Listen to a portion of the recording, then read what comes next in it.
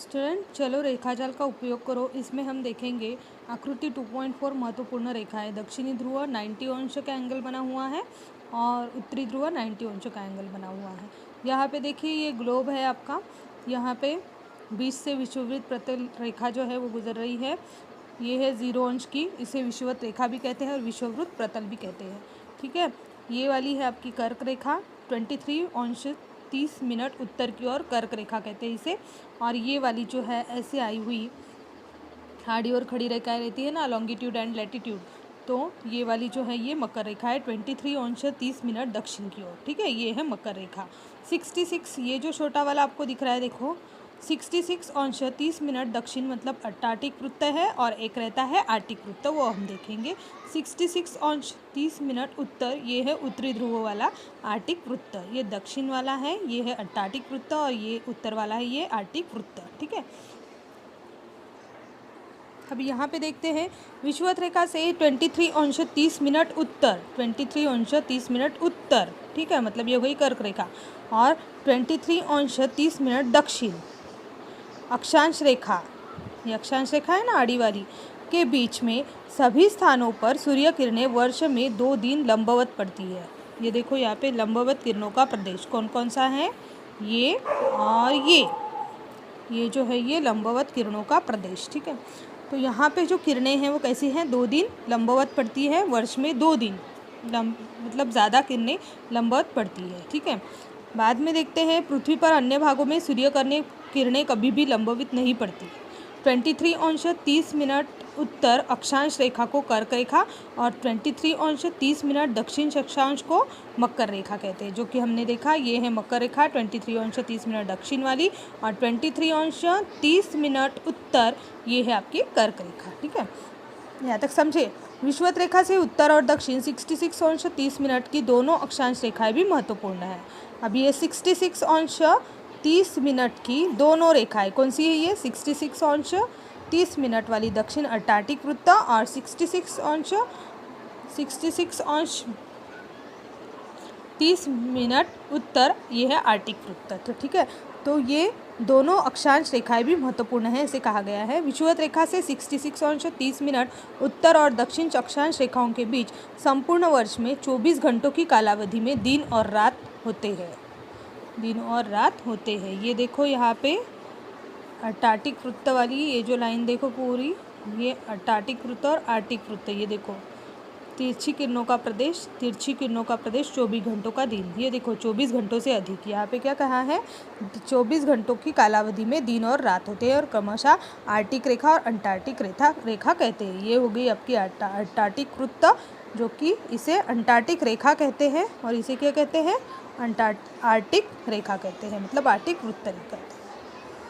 66 अंश 30 मिनट उत्तर और दक्षिण अक्षांश रेखाओं से 90 अंश उत्तर और 90 अंश दक्षिणी ध्रुव, ये हो गया आप यहाँ 90 अंश उत्तरी ध्रुव, 90 अंश उत्तरी ध्रुव, और ये हो गया 90 अंश दक्षिणी ध्रुव। ठीक है, तक के क्षेत्र में दिवस ऋतु के अनुसार 24 घंटों से भी बड़ा हो सकता है। यहाँ से देखो, यहाँ से जो लाइन गई है 90 अंश से और ऊपर से भी गई है 90 अंश से, ऐसी। तो यहाँ पे देखो अति तिरछी किरणों का प्रदेश 24 घंटों से अधिक बोला गया है। तो यहाँ पे देखो 24 घंटों से भी जो दिवस है वो ऋतु के अनुसार 24 घंटों से भी बड़ा हो सकता है। यह कालावधि किसी भी दिन अथवा रात की हो सकती है। एक तो रात में समय ज़्यादा बढ़ेगा या दिन में बढ़ेगा, तथा यह कालावधि किसी भी एक ध्रुव पर अधिकाधिक 6 महीने की होती है। यहाँ दिन के में सूर्य आकाश में क्षैतिज समानांतर दिखाई देता है। दिन में सूर्य कैसे दिखाई देता है, क्षैतिज समानांतर, क्षितिज से समांतर दिखाई देता है। पृथ्वी का अक्ष 23 अंश 30 मिनट पर झुका हुआ नजर आता है। पृथ्वी का अंश जो है 23 अंश 30 मिनट पर झुका हुआ नजर आता है।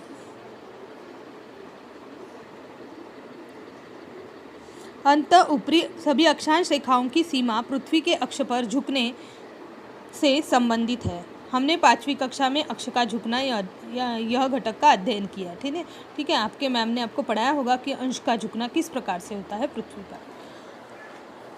अभी देखते हैं क्या तुम जानते वाला, देखो वेटिकन सिटी, ये वेटिकन सिटी जो है, ये इटली जो है, इटली जो देश है, ये पूरा इसके आजू बाजू में फैला हुआ है। अभी ये देखते हैं, यहाँ पे देखिए मैप आकृति 2.5 वेटिकन सिटी का मानचित्र, ये है मैप आपका। यहाँ पे देखते हैं संसार के सबसे छोटे देश के रूप में वेटिकन सिटी की पहचान हुई है। इसका क्षेत्रफल कितना है? 0.44 वर्ग किलोमीटर है। मतलब ये सबसे छोटा देश है, सबसे छोटे देश के इससे नामांकन हुआ है। क्या नाम है इसका? Vatican city. यह देश इटली प्रायद्वीप में स्थित है। प्रायद्वीप मतलब जो पानी के अंदर वाला जो हमारा जो कुछ क्षेत्र भूभाग रहता है, जो कि पानी के अंदर रहता है, ठीक है, तो इसमें ये देश स्थित है। इसके चारों ओर इटली देश फैला हुआ है। चारों ओर ये देश बीच में है और चारों ओर इटली देश फैला हुआ है। आकृति 2.5 में इस देश का विस्तार देखो। ये देश देखो, बहुत ही छोटा क्षेत्रफल वाला ये देश है। कितना है? 0.44 वर्ग किलोमीटर, इतना इसका क्षेत्रफल है ये देश का। पश्चिम से पूर्व तथा उत्तर से दक्षिण की ओर इस देश का विस्तार में अंशों और मिनट में कोई अंतर पाया नहीं जाता है, परंतु सैकड़ों में अंतर पाया जाता है। जैसे हम लिखते हैं 41 अंश 54 मिनट 30 सेकेंड उत्तर, है ना, इस प्रकार। तो मिनट में कुछ भी मतलब डिफरेंस नहीं पाया जाता, लेकिन सेकेंड में वो अंतर पाया जाता है। इसके आधार पर अंशात्मक अंतर में जाने वाली मिनट और सेकंड जैसी लघु इकाइयों का उपयोग ध्यान में रखना है। यहाँ पे देखो, सूर्य किरणों की कालावधि प्रखरता के अनुसार पृथ्वी पर विभिन्न तापमान की पेटियों का मतलब कटिबद्धों का निर्माण होता है। सूर्य किरणों की कालावधि और प्रखरता, सूर्य की किरणों की प्रखरता, ये पृथ्वी पर विभिन्न प्रकार के तापमान की पेटियों का निर्माण होता है और तापमान पेटियों के आधार पर वायुदाब पेटियों का भी निर्माण होता है। सूर्य प्रकाश की प्रखरता का प्रभाव यह होता है कि उस प्रदेश के तापमान अनुसार वनस्पति और प्राणी संसाधनों में विविधता पाई जाती है। जहाँ पे जैसा टेम्परेचर होगा, उसी प्रकार वहाँ का जो वातावरण है उसका हम अनुभव ले सकते हैं। मतलब वहाँ की जो वनस्पतियाँ हैं, अगर कम तापमान वाला जो प्रदेश है, वहाँ पे वनस्पतियाँ हरी भरी दिखती है। उसी प्रकार जैसे सूर्य प्रकाश की प्रखरता का प्रभाव अगर ज़्यादा है, तो उस प्रदेश का तापमान के अनुसार वहाँ की वनस्पतियाँ और प्राणी संसाधनों में डिफरेंसेस मतलब विविधता पाई जाती है। 0 अंश देशांतर रेखा पर यह प्रमुख देशांतर रेखा, इसे प्राइम मेरिडियन कहते हैं, इसलिए वह महत्वपूर्ण है। वैश्विक मानक समय तथा विभिन्न देशों के मानक समय के बीच मेल स्थापित करना है। वैश्विक मानव समय मतलब ग्लोबल जो टाइम है उसके अनुसार और विभिन्न देशों के मानक समय के बीच मेल स्थापित करना है, इस देशांतर रेखा का प्रमुख उद्देश्य है। यह देशांतर मतलब ग्रीनिश देशांतरीय रेखा, इसे GMT कहते हैं, मतलब ग्रीनविच मीन टाइम। क्या होता है? ग्रीनविच मीन टाइम, GMT के रूप में भी जाना जाता है। 180 अंश देशांतर रेखा भी महत्वपूर्ण देशांतरीय रेखा है। प्रमुख देशांतरीय रेखा से पूर्व की, पश्चिम की और 180 अंश देशांतर रेखा और अन्य देशांतरीय रेखा बनाई जाती है। देखो, ये हो गया पश्चिमी भाग, ये वाला हो गया ये हो गया पूरब, ये हो गया पश्चिम, नीचे दक्षिण और ऊपर उत्तर। तो 180 अंश देशांतर रेखा के संदर्भ द्वारा